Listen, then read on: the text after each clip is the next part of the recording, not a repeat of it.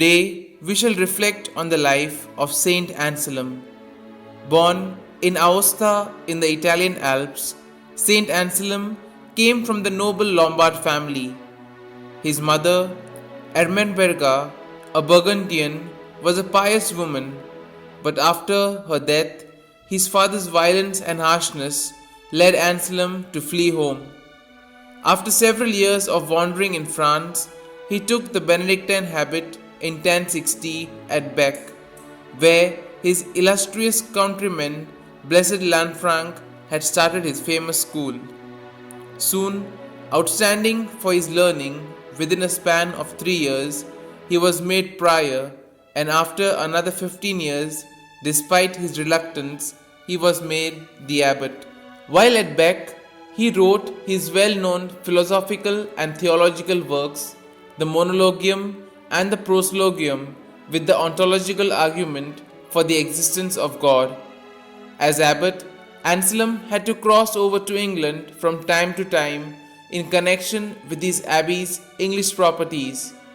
He thereby came to be so known and highly esteemed for his virtues of holiness and prudence that in the year 1093 he was made Archbishop of Canterbury in the hope that he would be able to cope with the encroachments of King William the Red.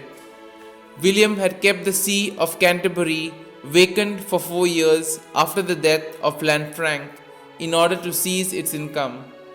Anselm's insistence on reforming the church and maintaining her rights saw him now banished to the continent by the king. However, William's successor, Henry I, recalled him in the year 1100. But the encroachments continued, and a second exile followed. Reconciliation was not effected until 1107, when the king relinquished his claim to investing bishops and abbots, though the latter was permitted by the Pope to take an oath of allegiance in the light of their temporal possessions. 2 years later, Anselm died at Canterbury on the 21st of April 1109. Gentle and self-effacing by nature, St. Anselm was unyielding on matters of principle. A man of fearless zeal, he strongly denounced the slave trade and staunchly defended the filioque, a doctrine that indicated matter of faculty that the Holy Spirit proceeded from the Father and the Son.